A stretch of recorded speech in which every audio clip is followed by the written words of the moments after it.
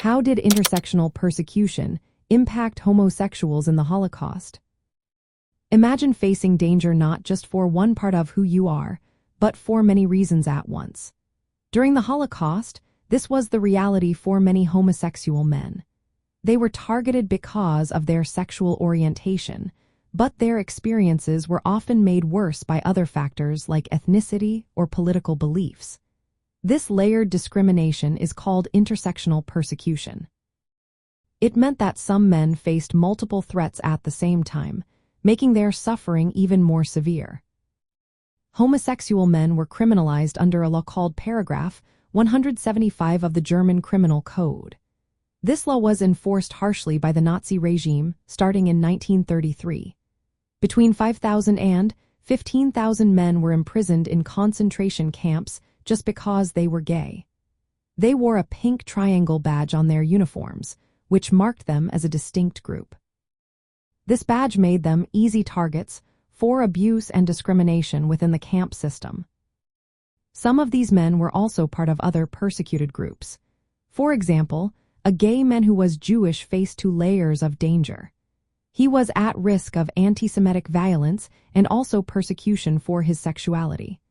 This combination greatly lowered his chances of survival. The Nazis saw these men as threats on multiple levels, so they were often treated worse than others.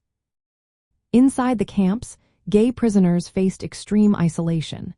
They were often kept separate from other prisoners because guards and fellow inmates feared association. This meant they lacked support and protection. Many were subjected to physical and sexual abuse by guards or other prisoners who saw them as easy targets. This made their suffering even worse. Some gay prisoners were forced to undergo cruel medical experiments. These experiments aimed to try to cure homosexuality. They included hormone injections and forced castration.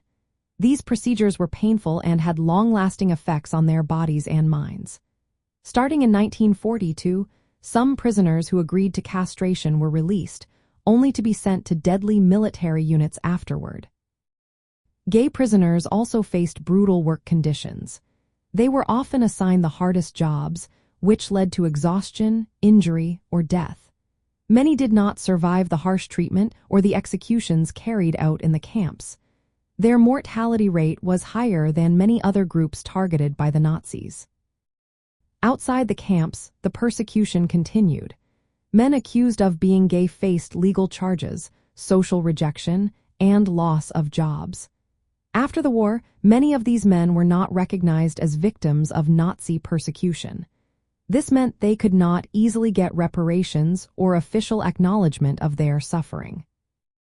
In the end, intersectional persecution meant that gay men who also belonged to other persecuted groups faced compounded suffering.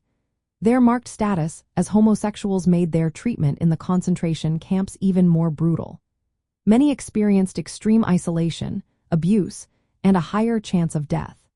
Their stories show how layered discrimination created a complex and tragic experience during this dark chapter of history.